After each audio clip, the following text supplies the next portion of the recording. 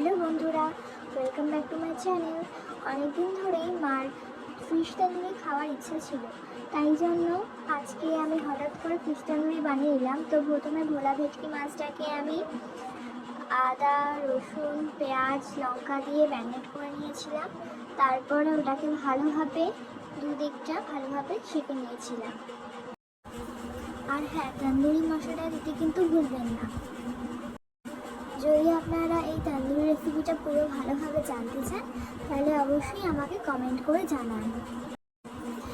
10 minute করে এপিট ওপিট শেখার পর টোটাল 20 মিনিট লেগেছিল। তারপরে আমাদের টোটাল তন্দুরিটা কমপ্লিট হয়ে গেছিলো। এবার দেখুন, সার্ভ করার পর কি সুন্দর কালার এসছে এবং গন্ধটা খুবই সুন্দর লাগছে। খুবই খিদে পাচ্ছে আমার এখন। তো চলুন আমি এখন সেই নিই। Tata, bye bye.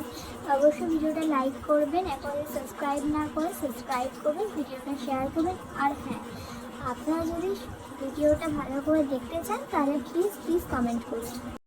আর যদি আরও ভালো ভালো ভিডিও আপনারা পেতে চান তাহলে আমাদেরকে প্লিজ